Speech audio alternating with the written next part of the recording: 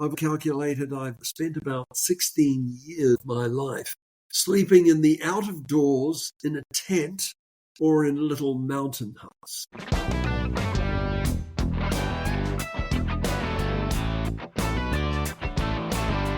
Kia ora, and welcome to The Tramping Life, a podcast about hiking in Aotearoa, New Zealand, or as we call it here, tramping. I'm John T, and in each episode I chat with people who share a passion for exploring this incredible country. We'll hear about the tracks they love, the huts they return to, the lessons they've learned, and what keeps them heading back into the bush. My guest today is Peter Hillary, mountaineer, author and adventurer. Peter has forged his own remarkable path, summiting Everest multiple times, crossing Antarctica and dedicating his life to exploration and humanitarian work. I'm delighted to welcome him to the podcast. What are your earliest memories of being outdoors? I really can't remember not being outdoors. Growing up in the Ed and Louise Hillary household, that was pretty much what we did. We'd go down to the South Island. We had a little section down in Albertown, and we just camped. We cooked over the fire, lived very simply, lots of friends around. It was just the most marvelous introduction to outdoor activities. I remember going up the Matuki Valley so many times. We were friends of the Aspinalls. We'd visit them over in the East Matuki. I got to know Chris Aspinall well, and we used to go off on many adventures. But I remember when my father, Ed Hillary, had his Sherpa Serdar, Mingma Tsering, visiting us. And my father took me as just a 10-year-old, and we climbed Mount Fogg from out of the Matuki. And as a child, this was an amazing experience. I was so excited. I thought I'm with my father and Mingma. We were going to have this unbelievable adventure, and I was in the best of hands. And I just remember heading across that great snow face that you used to always be able to see from Wanaka. And I was on the rope. Periodically, I'd slip out of the deep boot prints of my father out in front and rocket off down the slope, and they would just bungee me back up again into the footprints, and on we'd go. And an incredible introduction. And so I really grew up loving the outdoors and loving the people of the outdoors. Both of those were an incredible attraction for me. Did you ever think early days about what your career could be? Oh, look, Dad always thought, go and do something useful like becoming an engineer. And I thought maybe that's what I should do. And I went to university, but I found myself looking back at my father and going, I'd rather do what you do, which is organize expeditions and write books and make films and work for the people in Nepal. And I quickly realized that wasn't necessarily in itself a career path. You had to make ways of funding these journeys. And so I learned to do that as well, getting sponsorships, working with different companies where there was perhaps a promotional aspect that was of benefit to them. I guess I did follow what I saw in my father in quite a few ways. As is often the way, you probably went overseas to make your name, or was there opportunities back in New Zealand then? I think for my father, it was both. I just grew up knowing that he was this incredibly famous person because they had broken through one of these invisible barriers. What is human capacity? Could Everest be climbed? Was it too high? Was it too difficult? Was it a combination of all of these things? And when he and Tenzing made the first ascent of Everest, they showed that it could be done. And that actually is the key. It's not just the physical climbing, it's the extension of our human capability. And we saw that in Neil Armstrong stepping out onto the moon. We've seen it technologically with our little cell phones and what we can do with them and all the bad things that happen with them too. But they break boundaries and they extend capacity. And what I saw in my life as a young person was how acknowledged and how famous my father was. Whether we were in Los Angeles or going out to Auckland Airport, there'd be lines of people wanting autographs and photographs, and just to have a moment with the man who made the first ascent of Everest along with his climbing partner Tenzing Norgay. And that was normal life. Look, for me, obviously life is quite different. I have certainly been very involved in outdoor activities because I had the ultimate introductions to it and I just loved it. But obviously, when I walk down the road, I'm not exactly accosted by strangers. That was very much an experience my father had. And that must be difficult as a child because you're sharing, the time and attention is shared amongst so many people with an affinity for your father.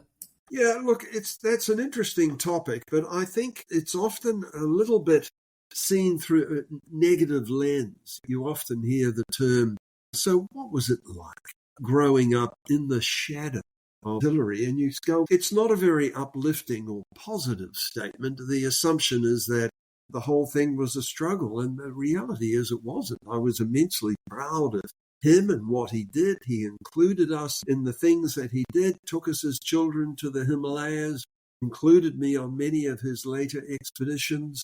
Frankly, it was a wonderful experience, and I've really started responding to questions of that vein with, actually, I was brought up in the light of Ed Hillary. It was an incredible privilege. It was very exciting.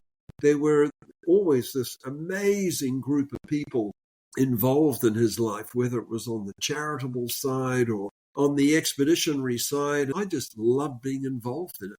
And then your sons, maybe we'll get a taster of that. I know they're also quite keen on the outdoors. All the kids are keen on the outdoors. I've got 2 daughters and 2 sons. The boys have certainly got into some good alpinism. They climbed Ama de Blam, which is the sort of Matterhorn of the Himalayas, just before the pandemic. They all just like being out in the mountains. I think it has a lot to offer. When you're spending time together, it's really powerful time. In fact, my son Alexander and I went and climbed Mount Aspiring in March just to have that time, 3 or 4 days up there at Colin Todd, climbing the mountain, then extracting ourselves when the weather went pretty nasty.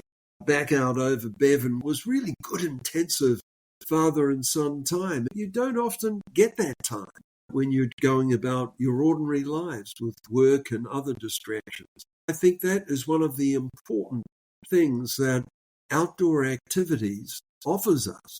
I assume you would have first climbed Mount Aspiring some time ago. Had you noticed much change with, say, climate change or other impacts? Look, it was March, so it's really the tail end of summer, and certainly Aspiring does lose a lot of its snow. But my first climbs on the mountain, I just had my 17th birthday, and my climbing partner, Nigel Lewis, and I went up and surprised ourselves by climbing the Northwest Ridge via the ramp. And this was in December, and the ramp's often more difficult by then these days. And then we really surprised ourselves and went off and climbed the Southwest Ridge. And by then we thought we know everything about alpinism. We were 2 17-year-olds who thought we completely understood the game, and how we survived that period, I honestly don't know. But yes, I think the mountain has changed. I think climate change is very evident. They weren't great thickness of snow and ice. In actual fact, in March, Alexander and I, we used lightweight alpine boots and crampons to get to the very beginning of the extended Northwest Ridge. So it was a very long rock climb. And then we put on trail shoes and went all the way up the ridge, up around that buttress onto the Northwest Ridge and up to the top of the mountain. There was only a little bit of ice up near the summit, which we managed to skirt around. I think that was almost unthinkable when I first started climbing on the mountain nearly 55 years ago. Because you recently went back to the North Pole 40 years on with Neil Armstrong's son, again looking at the changes that have happened over that time.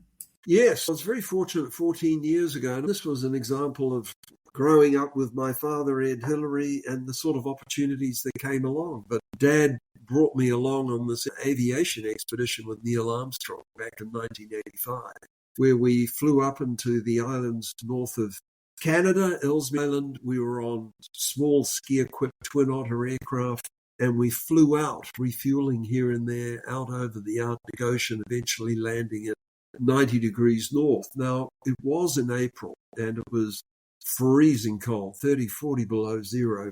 The changes to now going up in July and obviously midsummer were astonishing. The icebreaker largely was following open leads of water, and the ice flows in July at the geographic North Pole at 90 North, just covered in turquoise pools of water, the ice is rotten. The thaw is quite extraordinary. So I think by extrapolation, we hear scientists saying that it's not that far off, that there will be summer events where there is virtually or perhaps no ice whatsoever. I find that quite easy to imagine because that's what we saw. There was extensive ice and we walked around a great deal on it, but we had rubber boots up to our knees and frequently we were up to our ankles or even deeper in water on these ice floes. The ice was just rotten. And the flying visits by ski-equipped aeroplanes certainly had become more common after our trip 40 years ago. Haven't been possible for quite a few years now because of the condition of the ice, the reality that the planes fly through. So how did that expedition come about? And I guess your other expeditions as well, how much are they driven by yourself or do you approached by others? Most of my mountaineering expeditions were expeditions that I organized or that I went on with my father. The West Ridge of Mount Everest, I got a permit and we put a team together and we went there, or to K2 or to any of the other expeditions that I climbed on. And then there were collaborations with other people. For example, Rob Hall and Gary Ball, I'd climbed alongside on a number of expeditions, and we decided, let's collaborate. In 1990, none of the three of us had reached the summit of Everest on our different attempts, and we collaborated on that one. And it was a textbook expedition. It was a very happy expedition. Our progress was just as planned. It couldn't have gone any better, and we were very successful. It was great to finally get up there.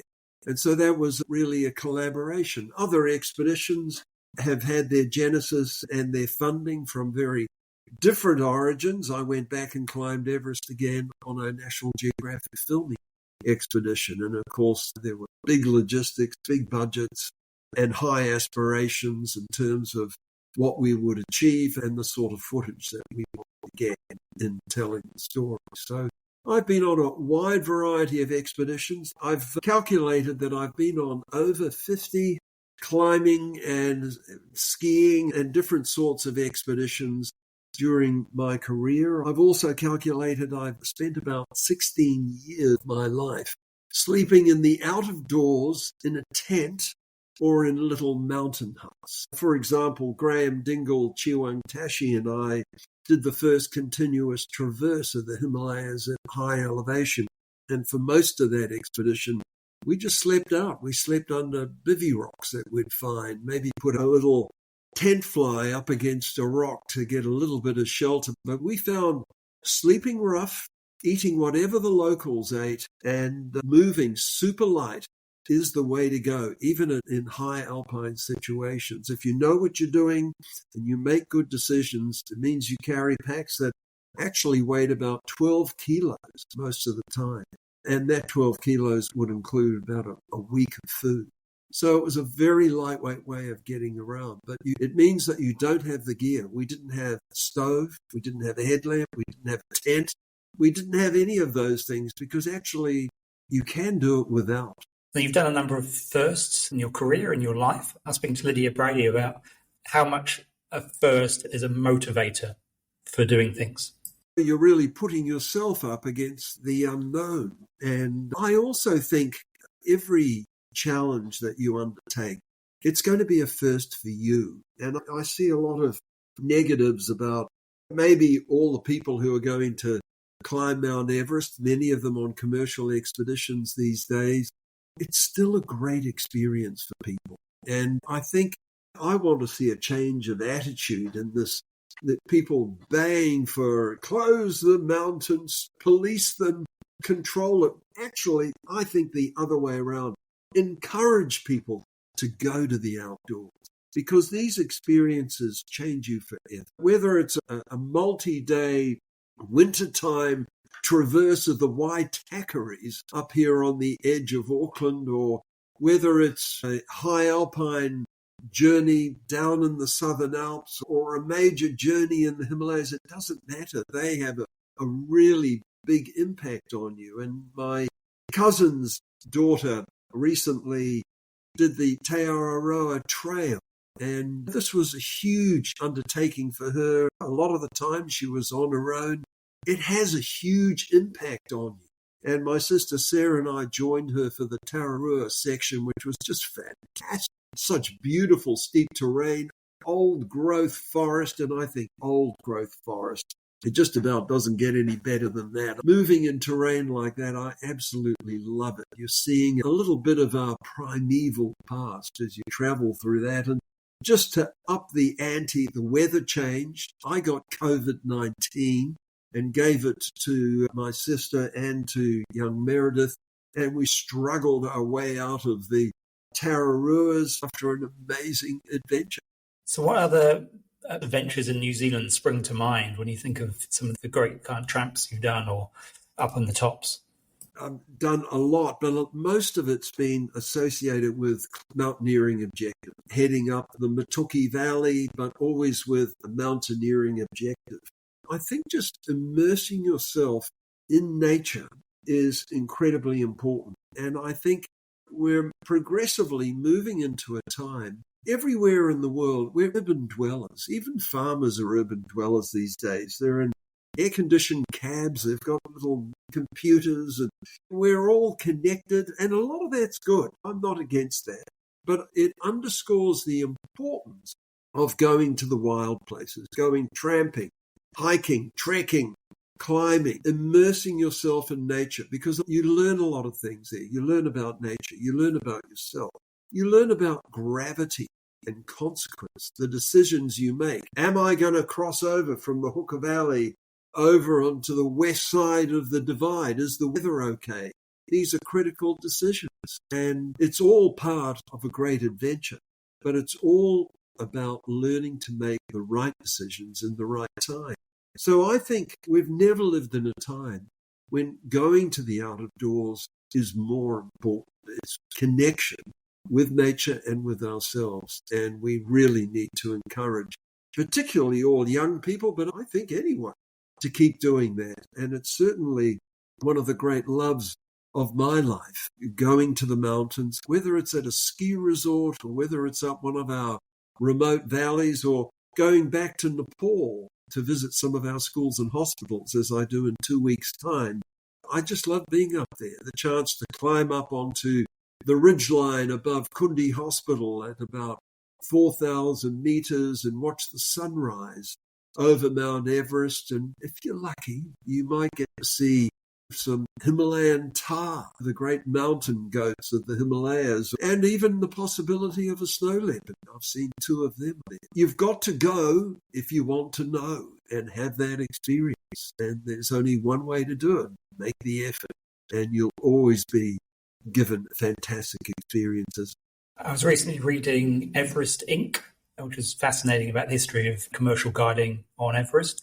And it was quite heartening to see how localized it's become now. So how the Nepalese companies and the Nepalese guides are now able to run these businesses at a level where the Western operators are actually producing in numbers, and it's becoming much more owned and run by the Nepalese. Yeah, look, there's some very good developments there, and there's some very good operators. And of course, the changes from my father's day, or if you even go back into the 1920s, where Sherpas and people of Tibetan origin were strong and enthusiastic, but they didn't have a lot of mountaineering experience. The reality is, compared to the best operators of today, the best climbers of the 20s or even the 50s were not really hugely experienced, skilled climbers the way we have people now. But that's all good. Those are developments that have happened over time. And now we've got Sherpa and Nepali mountain guides, UIAGM qualified, who are expert mountaineers. They have huge experience in high altitude climbing, and they're doing incredibly well. The whole process is not without some drawbacks. There are other operators that are not as good. And so there is certainly more to be done. We're starting to see evidence of changes occurring with the rising of salaries and wages in mountaineering in Nepal, where they're starting to use drones and helicopters to move equipment and people in places in the Himalayas because the costs of wages have gone up. And of course, there are high risks and you can obviate some of those.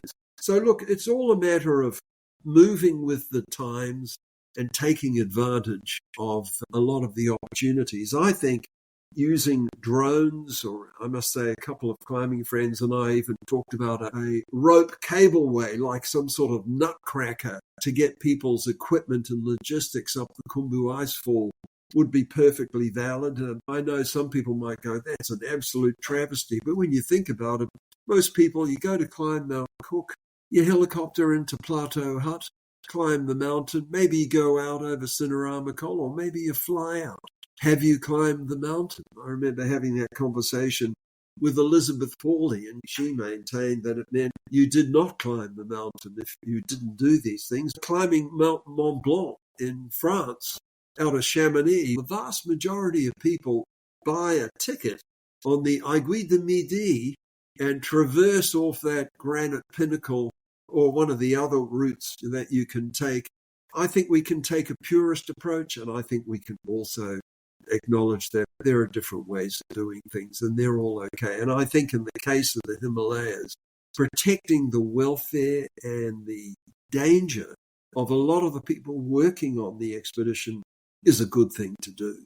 So if this new trend with drones, for example, removing the need to send up high-altitude porters up and down the Khumbu Icefall, which is a dangerous place, we all know that, and it's a numbers game. The more you're in there, the more you're exposed, and sooner or later, something will happen. And Everest history is just riddled with terrible things happening in the icefall. I've spent a lot of time in the icefall. The 5 expeditions I've been on Everest. I've also been on Lhotse, 6 seasons, going up and down the icefall, on average 10 times up and down. I've seen a lot of movement. I've been lucky. I remember coming down in 1984, we've been on the West Ridge of Everest, and the whole region, about a hectare of the icefall, just started moving and restabilizing and toppling over and sinking down. And we're just dancing on our feet, trying to stay upright. And then it just stops. And we weren't crushed. And you just shrug your shoulders and go, got to keep going. The closest I read that you came to disaster was on K2. Was that the nearest miss you've had, or the luckiest you've been in the mountains? I've had a few very challenging situations in the mountains, and I think if you're climbing on big, difficult mountains, on difficult routes, that is always going to be a possibility. But the storm on K2 was certainly one. I was very lucky to get down, and sadly I was the only one of 8 people on the summit pyramid at K2 to get down the line. It was a lonely descent on my own. 2 other members of our team had descended earlier, and we're down at our Camp 2 ledge on K2. And when I got down there in the dark at night time, I was very relieved to get down. It was pretty miraculous. I survived the storm, over 100-knot winds blowing. If I hadn't got onto the fixed rope on the Black Pyramid, I think I would have just been blasted off the mountain like the other people further up. After experiences like that, how do you justify the risks?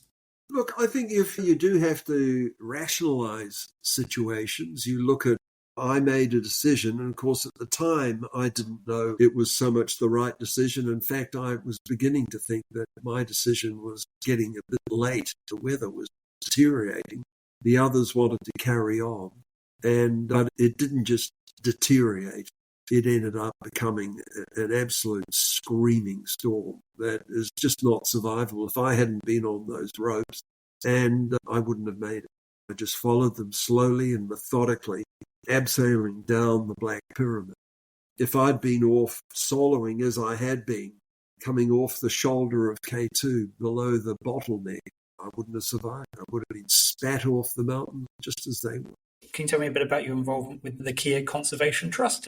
I'm a patron of the Kia Conservation Trust. I think Kia are unquestionably one of our most wonderful birds, one of the most intelligent birds in the world. I guess to human eyes appear mischievous, but really they're just curious. They're looking for an opportunity And to me, the idea of the Southern Alps, being up there on the high ridges and not periodically hearing that wild, raucous, sort of out there, it would be a very silent place. I would greatly miss their presence.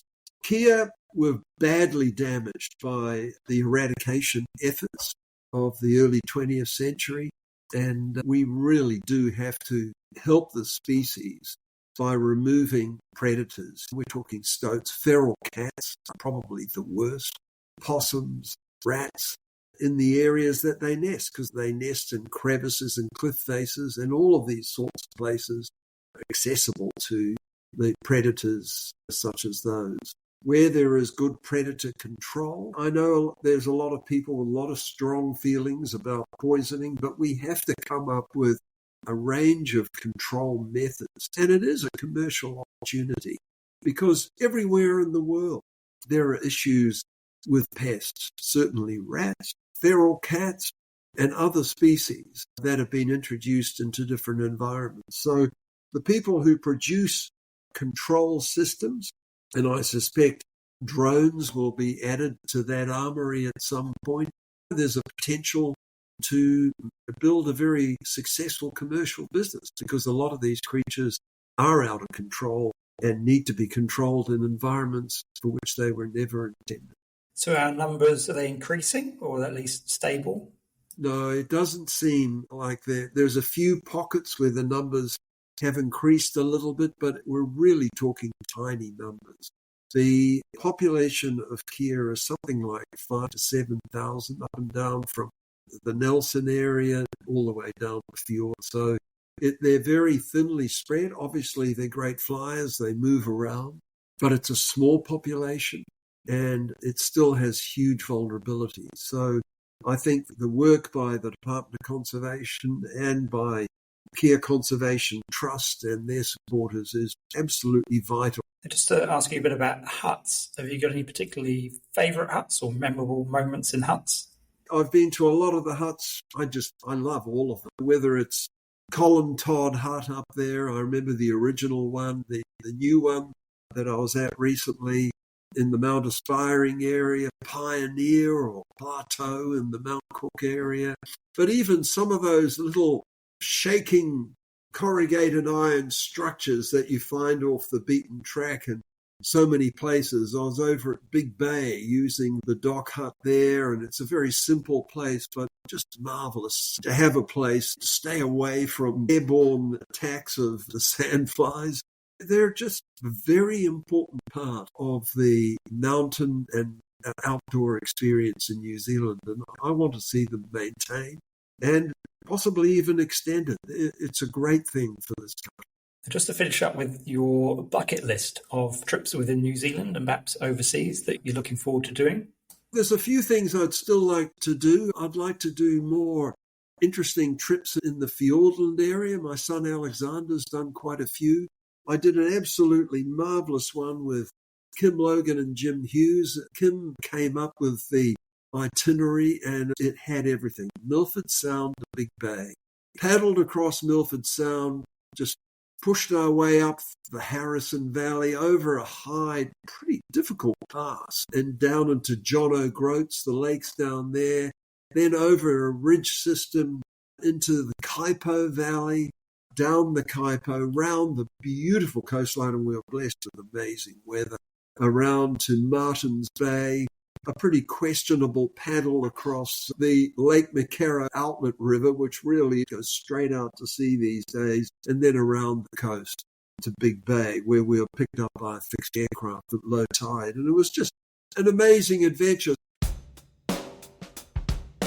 Thank you so much for listening to The Tramping Life. If you've enjoyed today's episode, please follow the podcast in whatever app you use. Tell a friend about it and consider leaving a rating or a review. It really helps more people discover the show. If you have any questions or feedback, I'd love to hear from you. Drop me an email at thetrampinglife, one word, @gmail.com.